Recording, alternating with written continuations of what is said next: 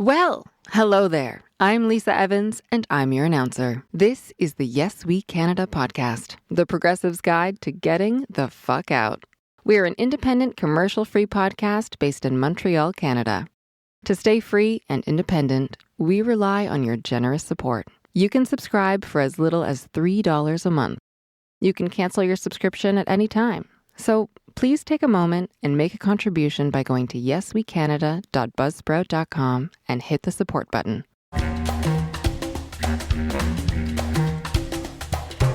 This is Yes We Canada, the progressive's guide to getting the fuck out. This episode is called The Whole Truth and Nothing But the Truth.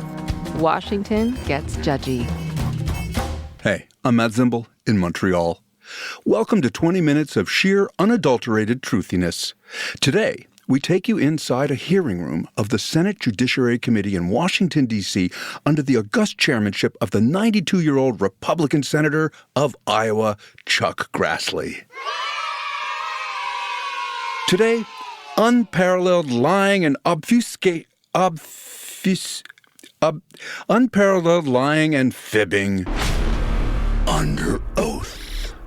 Hey, I'm sorry, but I thought our beat was explaining to progressive Americans how to Canadian when they move here. Pi, as always, you are correct. But actually, this pod has become really good at two things. One, Canada-splaining, and two, cutting-edge journalism completely lacking in any editorial discipline whatsoever. Here we call it story swagger.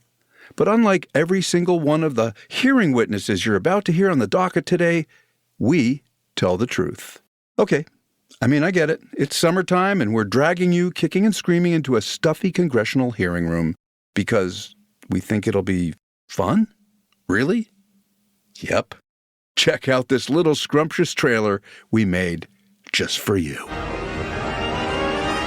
Sir, you don't tell me my time is over. You know how far New Jersey come tell me what my time is. You can't lecture me. You can tell me my time's over. You may be the target of the I'm not going anywhere. You want to go there, Attorney General? Or do you want to go there? Fact of the matter is that you will be remembered as one of the worst attorney generals in history. An attorney general who has prioritized obstruction over justice, corruption over the law, fealty to the president over loyalty to the Constitution. And Mr. Chairman, I will yield. Chairman Jordan, I'm not going to get in the gutter with these people, but I'm going to answer the question. How many of you indicted? Again, the time belongs to me. Reclaiming my time. Well, we are reclaiming your time. Instead of pools, picnics, and pickleball, you have been sentenced to a summer podcast about congressional hearings. Oh my God, does this not sound like fun? Remember before TikTok? When you used to have an attention span? When concentrating for up to 12 seconds was, second nature?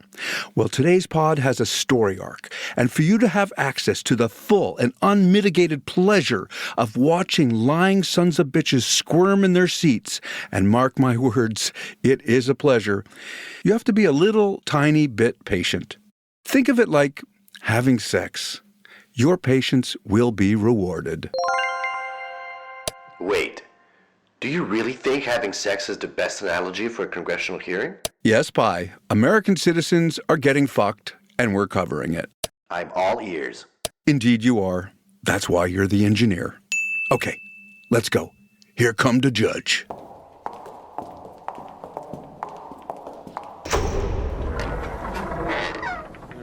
Blumenthal. Thanks, Mr. Chairman. Welcome, Judge. To you and your family, thanks for your service. That's Senator Richard Blumenthal, Democrat of Connecticut. He's talking to Judge Daniel D. Domenico, currently a federal district court judge in Colorado. Trump has nominated Judge Domenico to the U.S. Court of Appeals in Ohio. If Domenico gets approved by the Senate and gets this gig, he'll get a whopping $14,300 bump in his $200K and change salary, and he'll have the chance to move to Cincinnati. One must ask, just how much would you lie for $14K? Anywho, this is a long clip, but it's just so much fun. There is no way I'm going to let you listen to this all by yourself. I'm sticking around. Let me jump right into my questions. Who won the 2020 election? Ooh, that's a tough one. Senator, as Justice Jackson explained when she was asked essentially that question about both 2020 and 2016, it would be inappropriate for me as a... Well, let me just call your attention to what she actually said. And as a judge, I know you want to be careful when you cite another judge. Oh, yeah. She was asked whether she had ever commented on the results. She wasn't asked about the results. I'm asking you about the results of the 2020 election. Who won it? So the question is slightly different, but the answer, I think, is... Well, the answer is the same because you've been told what the answer is when you prepared, correct? Ooh. No, I was not told what to say. You prepared with the White House before you came here, did you not? I prepared like I think all nominees do with the Justice How many Department. times did you meet with the White House? I never met with the White House after I went through the interview process. Well, in your response to the question that was asked you, you said, I have been in communication with individuals in the Department of Justice regarding the nomination process. Are they the ones who prepared you? I did engage with Justice Department. He engaged. Yes. And they gave you the canned answer that has been provided by all the other judicial nominees here. Yeah, that's true. Let me ask you, who won the popular vote in the 2020 election? Ooh, tough Simply a one. matter of fact. Again, as Justice Jackson explained, commenting on a matter of political debate like that is inappropriate for a sitting judge. Your Honor, Judge, you have a lifetime job right now, correct? I do. Nobody can take it away from you. Never. You have the independence right now to say what really factually happened in the 2020 election, and you are evading that question with the same scripted, canned answer that everyone nominated so far recently has given. Let me ask you about the January 6th Ooh, tough one. incident. Would you agree the Capitol was attacked on January 6th? I would agree that individuals, from the videos I've seen, a number of individuals attacked police officers, engaged in violence, vandalism. Well, an attack on police officers who were guarding the Capitol is an attack on the Capitol, correct?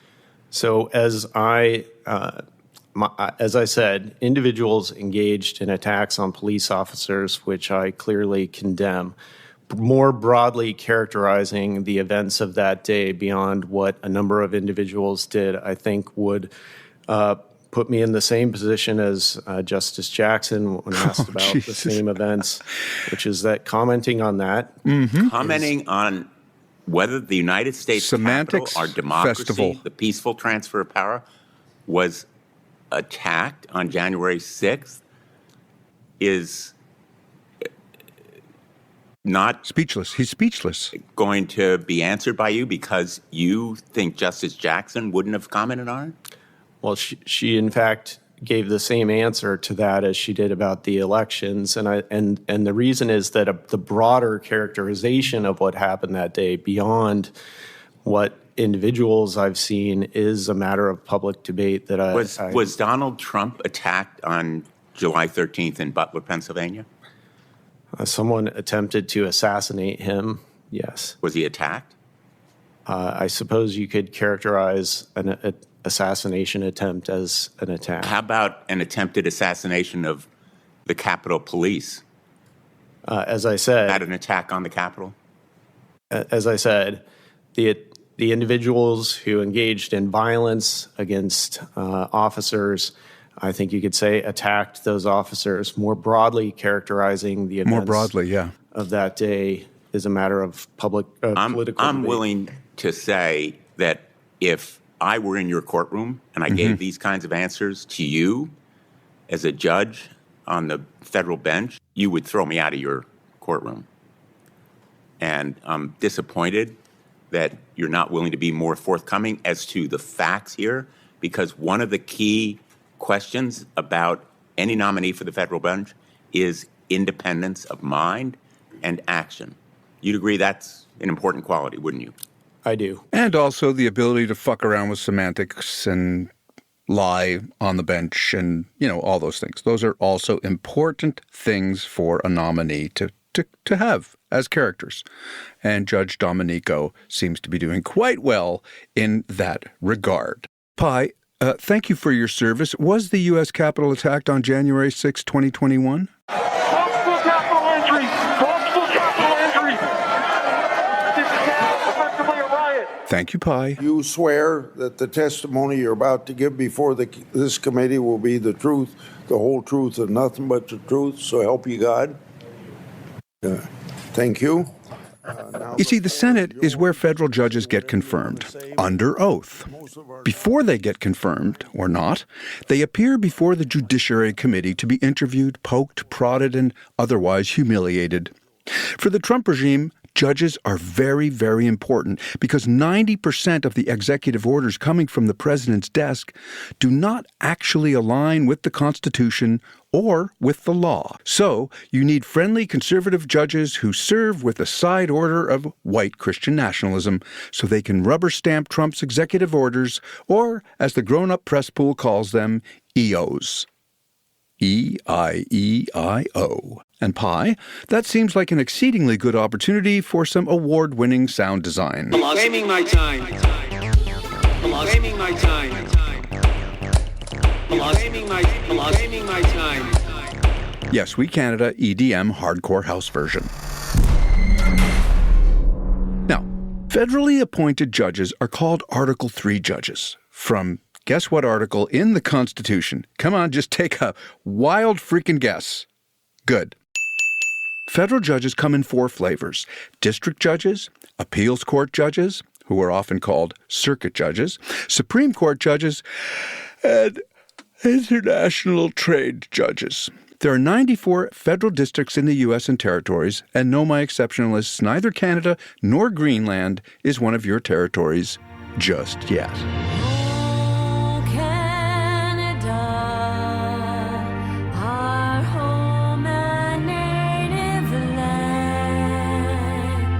The President appoints and the Senate must confirm judges. Currently, there are 677 active judges, and yum, they have jobs for life. Donnie from Queens, a.k.a. Modus, moron of the United States, has appointed 279 Article 3 judges during his kleptocracy.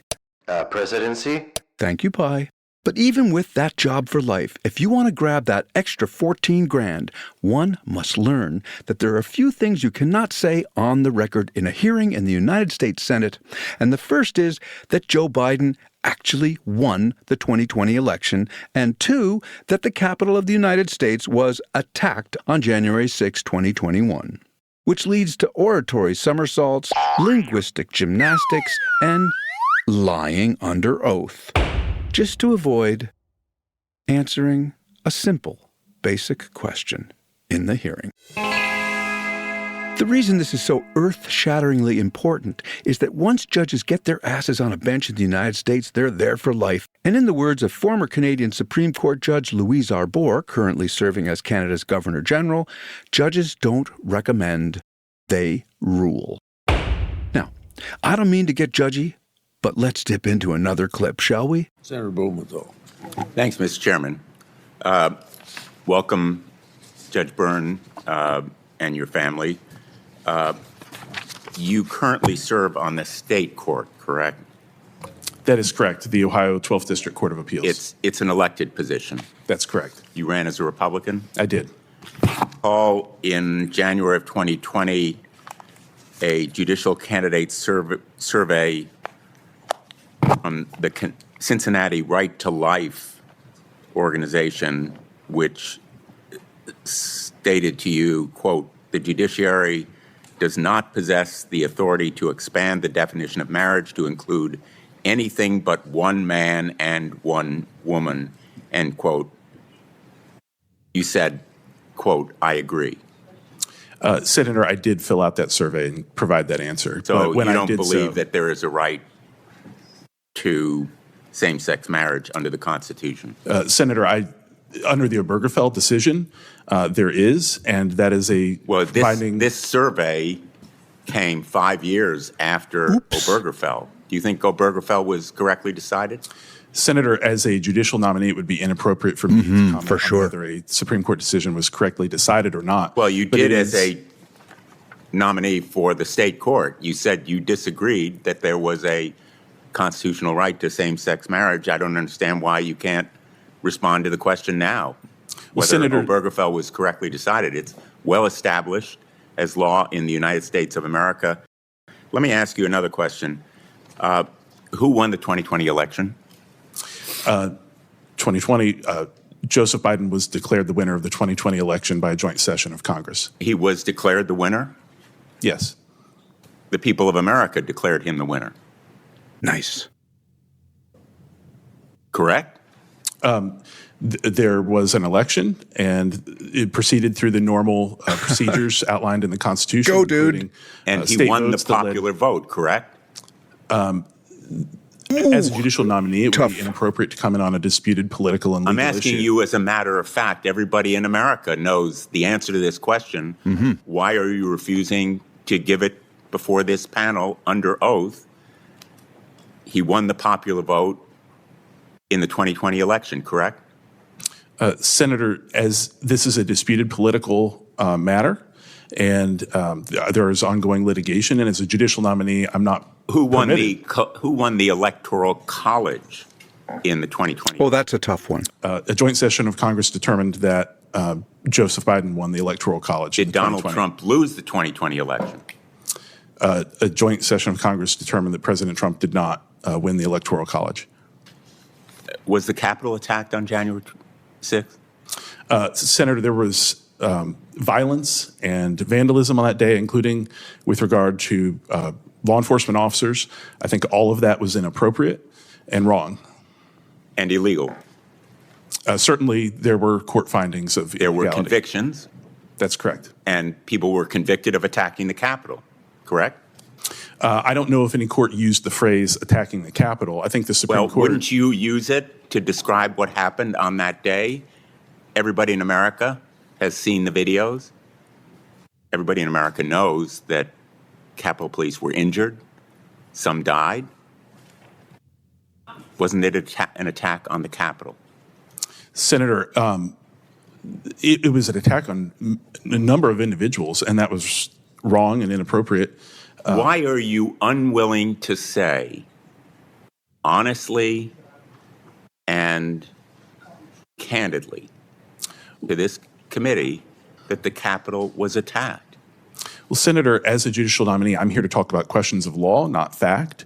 I know the United States Supreme Court has said that the Capitol... No, you're here to talk about what we ask you to talk about, and questions of fact are absolutely to the point when we are asking whether you are willing to state facts honestly and candidly, because it goes to your integrity and independence. If you're going to be a lapdog to Donald Trump, which is exactly what you're indicating here by failing to answer these questions, we can't approve you as a judge. That's one of our most solemn responsibilities, to make sure that our federal judiciary is independent, above politics, and independent of Donald Trump and his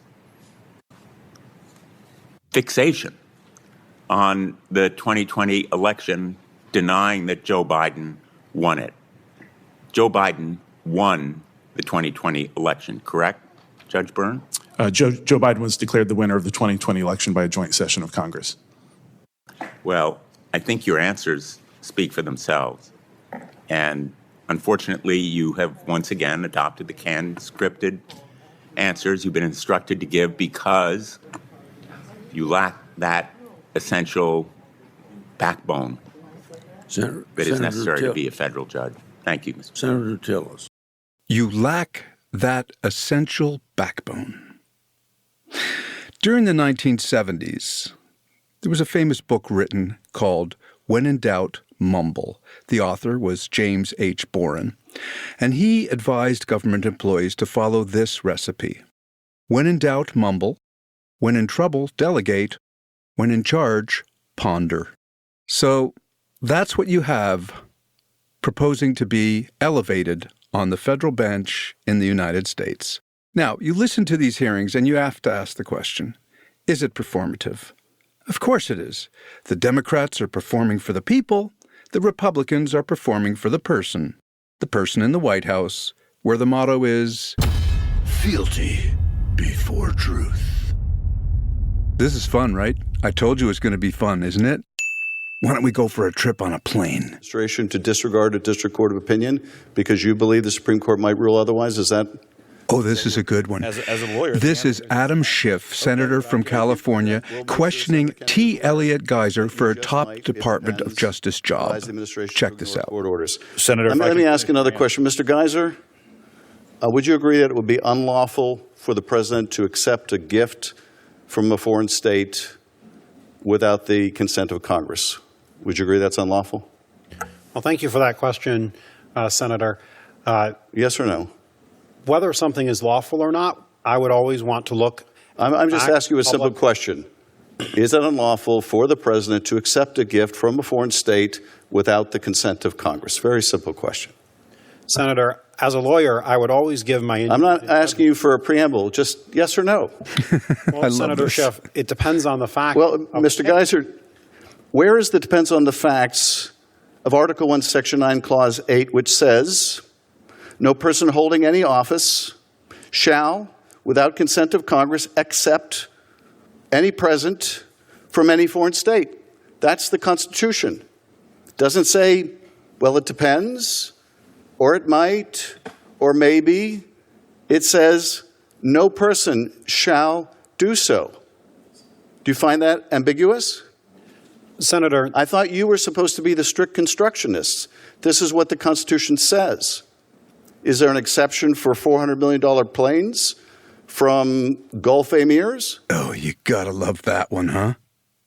You can see it's a difficult question to answer, right? I mean, if you're a strict constructionist, that means that you adhere to the letter of the law as written in the Constitution, a document written in the 1700s. Ain't nothing in this here Constitution governoring gifted jets. Some bitch must be legal. Hold my beer. Okay, we're going to wrap this up. It's a swampy summer in Washington. Despite the heroic efforts of Sealant Team 6, the reflecting pool is reflecting a lot of algae and Trumpian incompetence. As a northern people, we're supposed to be at the cottage on a mountain lake listening to those fucking loons. But just for one last bite. Pie, I can't resist. Give us a little taste of Pam Bondi in a Senate hearing. Just for fun. You don't tell me. Yeah, I did tell you because we saw what you did in the Senate. You're a lawyer, not even a lawyer. Attorney General Guys, Bondi. no, can I finish my answer? No, I'm going to reclaim my time because I asked you a specific question that I would like you to answer. And with that, Pam Bondi, former Attorney General of the United States, we gladly reclaim your time and restore your summer. We're back in October with more amateur punditry from the swamp and lots of sage Canada-splaining handcrafted in Montreal just for you.